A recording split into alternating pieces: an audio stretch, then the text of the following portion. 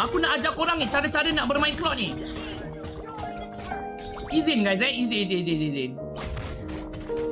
Okay baik, Kak Ajak nak buat dominant. Lepas kau dah siapkan Trinity kau nak buat apa Vic? Aku akan rush pistol terus guys Aku akan rush pistol terus. Pistol terus Vic, pistol terus. Jangan cakap banyak, pistol terus.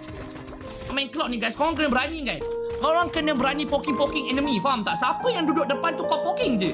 Tapi make sure kau standby BMI kau ke belakang, faham? Okay? Nampak? Lelaki sejati tak menggunakan wand guys Lelaki sejati. Okay, dekat sini aku akan poking. Nanti tak zikir tau, okay? Bagi dia dulu. Okay, loncat. Okay. Aku akan blazing dalam kiraan 3, 2, 1. Aku akan blazing. Aku dah cakap dah. Tadi kali ni. Okay, gocek. Messi. Okay, steady. Okay, nampak.